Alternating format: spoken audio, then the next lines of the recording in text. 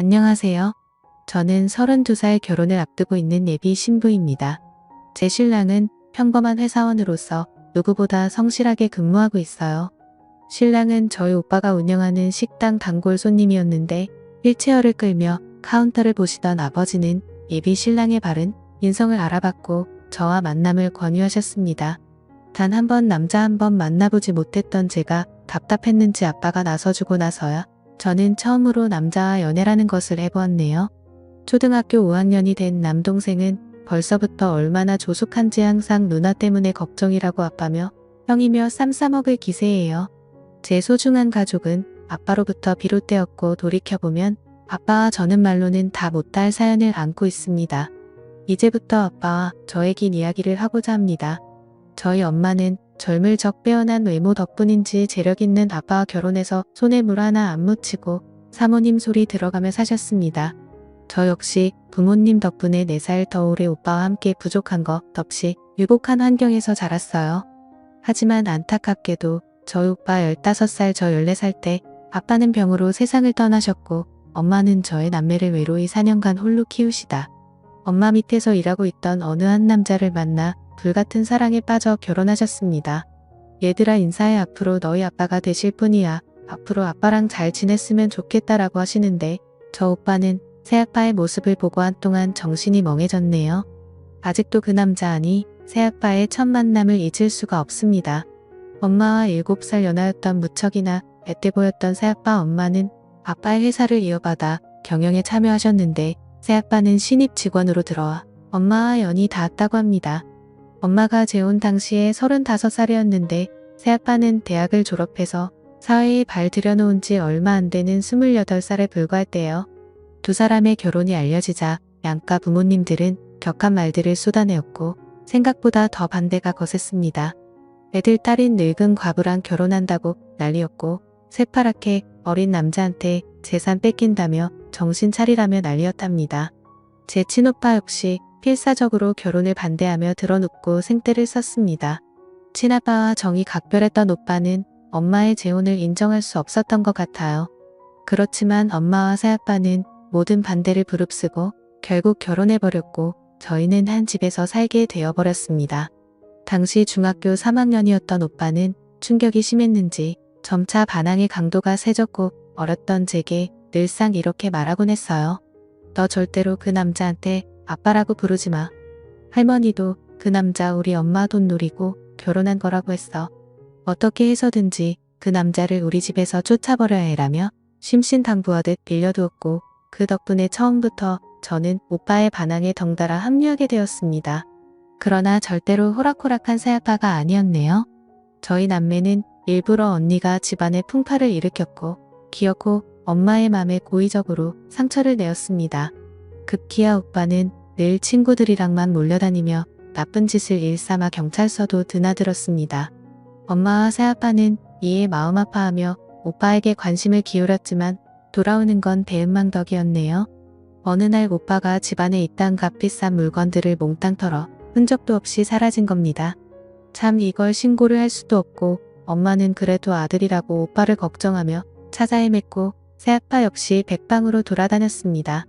아빠가 이렇게 나으니 주변 새아빠의 어머니는 저희 엄마를 몰아세우며 소매 걷어붙이시고는 아니 어디서 그런 자식같이 않은 것을 달고 시집아 멀쩡한 사람 인생을 망치려 들어 더 이상 우리 아들 신세 망치는 꼴 못 보겠으니 아들과 절연을 하던지 아니면 이 남편과 이혼을 하던지 택해가며 선택을 종용하셨습니다. 그렇지만 아빠는 꿋꿋하게 그런 친인척들에게 철저하게 가족 일에 상관하지 말라고 했고 오빠를 끝까지 포기하지 않으며 저희 가족 곁에서 머무셨네요. 엄마가 그런 아빠에게 제일 고마워했지만 엄마는 그런 오빠로 인해 괴로워하며 결국 쇠약해져가 몸져눕는 날이 많아졌습니다. 엄마까지 무너지자 새아빠는 회사 일이며 집안일이며 엄마 간 후까지 자신조차 돌볼 틈 없이 바빴고 그래도 가족들을 위해 안간 힘을 썼습니다. 학교에서 친구들은 젊은 새아빠에게 이상한 시선으로 수근거릴 적이 많았지만 절 신경 써주는 아빠의 모습에 내심 싫지는 않았네요. 그러던 어느 날 엄마가 큰 병이 도져 돌아가시게 되었습니다.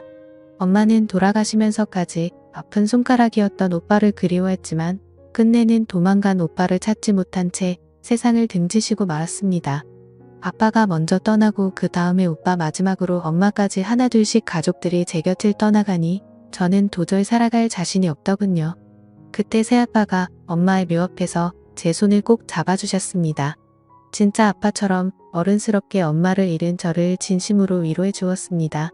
그렇지만 새아빠 역시 어둠이 온 세상을 가려버릴 적 엄마 앞에서 괴로움을 토로하며 통곡을 하던 모습이 떠오르네요. 세상에 태어나서 남자 어른이 그렇게 서글프게 우는 모습은 처음이었습니다. 그렇게 엄마를 떠나보낸 슬픔도 잠시 곧 현실로 돌아온 당시 중학교 입학을 앞둔 저는 훗날의 거취를 정해야만 했습니다. 엄마를 떠나보낸 후 사업은 내리막길을 향했고 급한 대로 엄마 쪽 친척한테 맡겼다가 크게 사기를 당해 저희 집은 그야말로 길거리에 나앉게 생겼었습니다. 친척들은 제게 떨어질 엄마의 유산이 업자 어느 누구도 맡고 싶지 않아 했고 급기야는 보육원 얘기까지 나왔습니다. 아빠는 저를 진짜 취급했던 그들에게 노발대발하며 감정적으로 소리를 질렀습니다. 이 아이는 내 딸이에요. 세상에 아빠가 있는데 우리 딸을 어디다 보내겠어요. 아빠가 딸 키우는 건 당연한 일이니 제 딸아이는 아내의 뜻에 따라 제 손으로 키우겠습니다. 하며 아빠가 저를 맡겠다고 하자 아빠네 가족들은 아빠를 필사적으로 말렸지만 소용없었습니다. 저는 그렇게 일부 아빠와 단둘이 한 집에서 살며 동거를 시작하게 되었네요. 전 오빠처럼 혼자서는 가출할 용기도 없었던 터라 선택의 여지가 없었어요. 아빠와 저는 여기저기서 빌린 돈으로 간신히 방 2개에 탑방을 얻어 살았습니다. 떠나간 빚과 생계를 위해 밤낮 안 가리고 투잡술이자 필사적으로 일한 아빠는 많이 힘들었는지 눈에 보일 적마다 말라가고 안색도 눈에 띄게 안 좋아졌습니다. 그 와중에도 새아빠는 제게 힘들다는 말 찡그린 표정 한번 내비친 적이 없었어요. 늘 제 앞에서는 웃는 얼굴로 출근하기 전 항상 아침을 차려놓았고 저는 아빠 덕분에 학창시절 내내 아침을 걸은 적이 거의 없게 되었습니다. 아침마다 메모장에 사랑해 우리 딸 오늘도 아빠랑 행복하자라는 사랑스러운 메시지도 꼭 잊지 않고 써주었네요. 아빠의 노력 덕분에 마음을 열기 시작했고 저희는 서로를 위해주며 꽤 잘 지내는 부녀 사이가 되었습니다. 하지만 세상은 저희에게 고운 시선만을 보내진 않았습니다. 젊은 16살 차에 아빠와 둘이 같이 사니 별별 엄한 소문이 다 돌더라고요.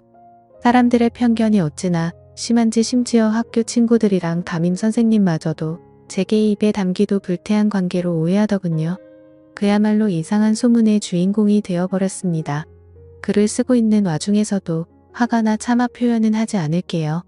그러던 중 다행스럽게도 저희한테 사기친 친척 사기꾼이 잡혔고 그나마 빚의 일부분을 달 수 있어 살아갈 수 있게 되었네요. 아빠는 빚이 좀 청산되자 저를 정식으로 입양 신청을 했다는 호적에 올려놓았습니다. 법적인 서류가 참 뭔지 제가 진짜로 아빠의 친딸로서 인정받은 기분이더군요. 덕분에 조금 집안이 안정되자 아빠는 저를 위해 신경을 써줬고 제게 관심을 기울여 주었습니다. 그러다 어떤 여자가 아빠를 향해 사랑의 큐피드를 날리기 시작했는데 바로 제가 다니고 있던 학원 선생님이었어요. 사실 그간 전부 훈남인 아빠에게 대시한 여자가 한둘이 아니었지만 삶이 고단했고 저라는 책임감을 달고 살았던 아빠는 모두 다 거절했던 터였습니다. 하지만 이번에는 좀 달랐어요. 학원 선생님은 아빠에게 끈질기게 대시했고 제게도 협조를 구했습니다. 결국 아빠는 선생님을 받아들였고 엄마와의 결혼과는 다르게 만인의 축복 속에서 환영받는 결혼식을 했네요. 엄마 돌아가신 후 5년 후였고 제 나이 18살 고이였네요. 아빠가 엄마가 아닌 다른 여자랑 결혼을 한다고 생각하니 마음이 답답하고 씁쓸하더라고요. 저는 아빠의 결혼이 결정됐을 적부터 단 하루도 마음 편하게 잔 적이 없었습니다. 하지만 제가 아빠 친딸도 아니고 엄마의 결혼 때처럼 반대할 권리는 없었으니 뜻에 따르는 수밖에예요. 머지않아 아빠는 선생님과 결혼했고 새엄마가 된 선생님은 얼마 지나지 않아 제 동생을 갖게 되었습니다. 아빠도 자기 핏줄을 갖게 되니 좋았는지 새엄마에게 더할 나위 없는 다정함과 자상함으로 보답하더군요. 저는 이방인이라는 자격지심에 그 모습을 보기가 힘들었습니다. 새엄마 역시 아닌 척했지만 친딸이 아닌 제가 신경 쓰였던지 문득문득 저를 경계하며 질투했고 본격적으로 철폴대하기 시작했습니다. 나 임산부이니 이제부터 네가 집안일 좀 해라. 용돈은 줄일 테니 부족하면 네가 알아서 벌어다. 썩 요즘 10대들도 알바하면서 자기 앞다리는 다 한다더라. 얹혀 사는 주제에 그런 염치 정도는 있어야겠지? 라고 하는데 참 기가 막히고 어이없더군요. 아빠의 마음을 얻으려 할 땐 그렇게 제게 간인의 쓸개며 다 내어줄 것처럼 굴더니 막상 아빠와 이뤄지니 잎싹 씻더라고요. 하지만 굳이 아빠한테 그 여자 만행을 고해바치진 않았어도 여우 같은 구석이 있었던 아빠는 그 여자 속내를 이미 환하게 뚫어보고 있더라고요. 어느 날 밥상머리 앞에서 새엄마에게 통쾌한 사이다를 날렸네요. 뱃속 우리 아가도 나중에 학교 보내면 아르바이트나 시킬까? 요즘 10대들도 알바하면서 다 헛가림한다잖아. 자식도 따지고 보면 나중에 우리 품 떠날 건데 얹혀 사는 게 맞긴 맞지? 라고 댓글을 해주니 새엄마 얼굴이 울큰나 불그락해지며 저를 노려보더라고요. 아빠는 든든한 제 편이 맞았습니다. 제 이방인으로서의 소외감은 아빠가 제 마음을 헤아려주는 것만으로 위로가 되었습니다. 허나 그러던 와중에 운명을 송두리째 바꿔놓는 사건이 터지고 말았어요. 매일 사라졌던 오빠가 장장 몇 년 만에 저희 앞에 모습을 드러낸 겁니다. 20대가 되어버린 오빠의 모습은 참 낯설기만 했어요. 집을 나가 있는 동안 무슨 일이 있었던 건지 온몸에는 상처투성로 휘황찬란한 그림이 그려져 있더군요. 겁을 먹은 저를 보자 건들거리며 제 멱살을 붙잡고 드립다 욕부터 쏟아냈습니다. 나쁜 기집애 돌아가신 엄마 아빠 배신하고 저딴 사람이랑 부대끼며 사니까 좋냐? 이제는 그 부인하고 애까지 있는 마당에부터 살고 싶어 하늘에 계신 엄마 아빠 보기 부끄럽지도 않냐? 라며 입에 담지도 못할 험한 욕설을 하며 다짜고짜 손을 올리고 절 아프게 하려고 하자 새아빠가 오빠를 다급히 말리며 절 지키려고 앞으로 막아서더군요. 우리 그래도 가족끼리 이러지 말자. 우리 딸은 아무 잘못 없어. 다 내가 저질러 놓은 일이니 나한테 책임을 돌려? 오빠가 그 앞에 대고 기가 찬 듯 새아빠를 향해 비꼬더군요. 웃기고도 있네. 됐고 우리 엄마가 남긴 그 많은 재산이나 어디 좀 구경해봅시다. 아들로서 정당하게 내 목 챙기러 왔으니까 피차 엄하게 나오지 말고 좀 챙겨주시오. 다고 얘기하자 아빠는 고개를 저으며 오빠에게 사정하듯 말했습니다. 미안하다. 회사가 망하고 사기까지 당해서 빚밖에 남은 게 없다. 만약 돈이 있었으면 우리가 지금처럼 옥탑방에서 살겠니? 우리 형편 좀 봐주고 나중에 아빠가 내가 돈 많이 벌면 그 사람의 아들인 널 절대 외난하진 않을 거야. 너도 내 딸처럼 내 아들이니까 막상 요구한 돈이 안 나오자 오빠는 인상을 찌푸리며 험해지기 시작하더이다. 아빠를 툭툭 건드리며 밀치는데 그런 오빠 모습이 너무 무섭고 겁이 났어요. 혹시나 분위기가 더 험악해지면 당장이라도 경찰을 부를 생각으로 부들부들 던 채로 핸드폰을 꼭 쥐고 있었습니다. 야, 왜 내가 네 아들이냐? 감히 어디다 대고 내 아빠를 놀고 있네. 어디서 눈 가리고 아웅하려고 해? 내 돈 가로챌 생각으로 이딴 코스프레하면 내가 속아 넘어갈 것 같아. 다 필요 없고 당장 내 돈이나 내놓으라고. 오빠는 아빠에게 다가가 위협했고 아빠는 오빠와 몸싸움을 하며 아웅다웅하고 필사적으로 막아내다 그만 잘못되어 옥탑방 3층 옥상에서 하는 멀리 있던 새엄마와 제 비명의 오빠는 상황의 심각성을 파악하고 일이 잘못됐다 싶었는지 호다닥 제 몸부터 피하더군요. 저는 급한 마음에 아래층으로 내려와 얼른 아빠의 상태를 확인했고 아빠는 정신을 잃은 상태로 쓰러져 있었습니다. 저는 아빠의 의식이 없다는 걸 깨닫고 덜덜 떨리는 손으로 119를 불렀고 아빠는 병원으로 이송되어 뇌 타박상 및 뇌출혈로 인한 수술 끝에 중환자실에 입원하게 되었습니다. 이 소식을 들은 아빠의 부모 형제들과 일가 친척들은 발칵 뒤집혀졌어요. 에라이 이 못된 족속들 같으니라고 우리 아들 핏줄도 아닌 것들이 어디쌍으로 우리의 인생을 저렇게 망가뜨릴 수가 있어. 결국 내 아들 니네가 합심해 저렇게 만드니 이제 만족하냐? 이 썩을 것들아 마이의 배은망덕한 것. 이래서 검은 머리 짐승은 거두지 말랬는데 불쌍해서 어떻게 아이고 내 아들 오빠의 같은 핏줄이라는 이유만으로 아빠가 저리 된 건 모든 게 제 탓이라고 하며 온갖 악담과 욕설을 쏟아부었습니다. 저를 재수없다며 아빠 곁에서 냅두치려는 사람들 앞에서 버티며 저는 끝내 아빠의 곁에서 떠나질 않았습니다. 아니 못했습니다. 미안해서 죄송해서 나물나라 발길이 떨어지질 않았습니다. 자칫 의식불명이 되어 식물인간으로 살아갈 수도 있는 충격적인 진단에 저는 하늘이 무너지는 것 같았습니다. 내 아빠는 제 하늘이었어요. 하늘의 존재 없이 저는 살아갈 수가 없었기에 아빠가 더 간절했습니다. 새엄마는 임산부였던 터라 병원 출입이 상가된 탓에 제가 아빠의 보호자임을 자처하고 곁으로 다가섰어요. 중환자실에 입원한 상태로 누워있는 아빠를 보고 울지 않으려 입술을 꽉 깨물었습니다. 떨리는 손으로 아빠의 손을 느껴보니 유난히 차갑더군요. 아빠의 입술이 이 세상 사람처럼 보이질 않았습니다. 언제나 뜨거운 두 손으로 제 손을 어루만지고 어깨를 다독여주던 아빠였는데 믿을 수가 없었습니다. 제게 늘 환한 웃음으로 맞아주던 든든한 제 편이었던 우리 아빠, 아이들 딸림과 부를 살아냈던 대가로 젊은 날의 생을 비난과 오해로 살아야만 했던 가엾던 내 아버지는 모진 세월 등지고 그렇게 세상과 이별할 준비를 하고 있었습니다. 아빠를 이렇게 보낼 수 없었던 생과 사가 갈리는 그곳에서 소중한 분이 삶의 간절함을 느낄 수 있게 매일 아빠의 손을 잡아주며 말을 걸어주었습니다. 이 고비만 넘기면 이번에는 내가 아빠를 위해서 살게 약속해. 아빠가 전부라고 알고 살아온 세상에 혼자 내버려 두지 마. 제발 나버리지 마. 이렇게 나만 세상에 버려두고 절대 가면 안 된단 말이야. 아빠하고 아빠를 붙잡고 울부짖고 또 울부짖었네요. 아빠의 숨결이 와닿질 않아 가슴이 타들어갔습니다. 그런데 제 소망을 절대적인 분께서 응답이라도 해주셨던 건지 마침내 기적이 일어나고 말았습니다.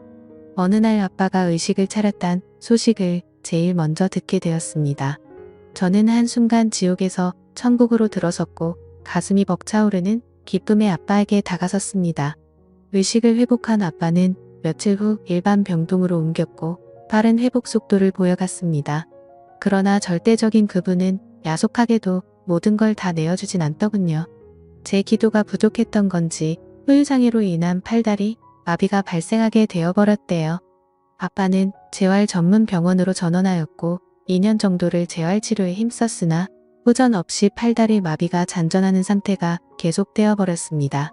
막대한 치료비는 다행히 보험을 들어놔서 영구적 후유장애를 인정받아 보험금을 지급받을 수 있었지만 모자른 금액은 또 다시 빚을 지게 되어 치료비로 사용하게 되었네요. 제가 한심하게도 아빠를 돌보는 모습을 보고 아빠의 가족들은 어느새 제게 조금씩 마음을 열기 시작했습니다. 제게 힘내라는 말도 해주고 제가 피곤할까봐 싶어 교대로 병간호를 하자는 아빠의 형제들도 있었습니다. 말이라도 고마웠고 그걸로 전 이미 충분했네요. 아빠의 병간호로 인해 학교를 빠지는 시간이 많아져 저는 부득이하게 학교를 그만두고 아빠의 곁에서 시간을 함께 보냈습니다. 아빠는 제가 학업을 중단했다는 소식에 마음 아파했지만 아빠가 제 곁에 있어준 마당에 그가 학업은 아무래도 상관없었습니다. 그 사이 새엄마에게서 제 동생이 태어났고 저는 새 생명을 제 가족으로 맡게 되었네요. 아빠는 아들을 보며 뜨거운 눈물을 흘리더군요. 저와 새엄마 역시 우리 가족 모두 부둥켜 안고 얼마나 울었는지 모릅니다. 새엄마는 본격적으로 나가서 경제활동을 시작하였고 전 동생과 아빠를 돌보며 그렇게 정신없는 하루하루를 살았어요. 그러던 찰나 오빠가 경찰에 검거되었다는 소식을 듣게 되었습니다. 저는 아빠와 함께 오빠를 만나기 위해 경찰서로 갔어요. 오빠는 다행히 짐승이 아닌 인간이었는지 아빠의 상태를 보고 한순간 말을 못 씻다가 이내 무릎을 끊고 삐뚤게 나갔던 게 이럴 줄은 몰랐어요. 제가 저지른 죄의 대가 다 받을게요. 잘못했어요. 라고 아빠 앞에서 진심으로 죄를 뉘우치는 것 같았습니다. 하지만 아빠는 이미 이렇게 되어버렸고 아빠를 이렇게 만든 오빠를 이제는 제가 용서할 수가 없었어요. 오빠에게 달려들어 모진 말들을 쏟아내려 했지만 아빠가 말리시더군요. 힘들게 팔을 올리시며 오빠에게 손을 내미시는 아빠 바락바락 대드는 모습이 더 우리 아들 같은데 우는 모습은 너에게 안 어울려. 내가 중심을 잘못 잡아서 떨어진 내 실수였는데 왜 네가 죄책감을 가져. 자식이고 부모인데 용서하고 말게 어디서 괜찮으니 맘쓰지마 하셨는데 오빠는 그 말에 또 무너지더군요. 어쩌면 이것이 아빠의 진정한 복수라면 복수였네요. 그것 때문에 오빠는 죄책감에 사는 게 힘들어 보였으니까요. 오빠는 아빠의 선처로 인해 가벼운 형을 받게 되었고, 오빠는 아무리 아빠가 용서했다고 해도 훈련스러움에 마음을 잡을 길이 없었는지 군대 입대를 준비해 들어갔습니다. 건강하게 잘 다녀와라. 아빠가 기다릴게. 아빠가 그리 얘기를 하자 오빠는 처음으로 아빠에게 미소를 지어 보였네요. 아빠는 재활 훈련 끝에 그나마 팔과 손가락은 어느 정도 사용할 수 있게 되었습니다. 휠체어에 앉은 상태로 행여 힘들까봐 불편한 몸으로 제게 부담 주지 않게 노력하셨습니다. 아빠가 어느 정도 몸을 회복하자 저 역시 생활 전선에 뛰어들어 일을 했고 열심히 돈을 벌었네요. 몇 년 후에 제대한 오빠까지 경제활동에 뛰어들자 돈은 금세 모였고 조금씩 좋은 집으로 넓혀서 이사를 다녔습니다. 그리고 세월은 유수처럼 흘러 제가 좋은 사람을 만나 어느새 이기 신부가 되었네요. 원래 올해 결혼식을 올릴 예정이었는데 상황이 상황인지라 부득이하게 내년으로 미루게 되었어요. 근데 아빠는 벌써부터 긴장하고 계세요. 툭 하면 제 손을 잡고 들어가는 예행 연습을 하자고 하시는데 그 모습을 보며 식구들은 아빠를 놀리기 일쑤였네요. 그렇게 저희는 조금은 특별한 가족 형태로 살아왔지만 소중한 가족이라는 것만큼은 다 같은 마밀이라 생각합니다. 사실 아버지가 이런 모습으로 거듭나기까지 말로는 다 못다 할 일들이 더 많지만 너무 길어질 것 같아 이쯤에서 줄이겠습니다. 어릴 적부터 저를 안아주시고 품어주셨던 우리 아버지 진심으로 사랑합니다.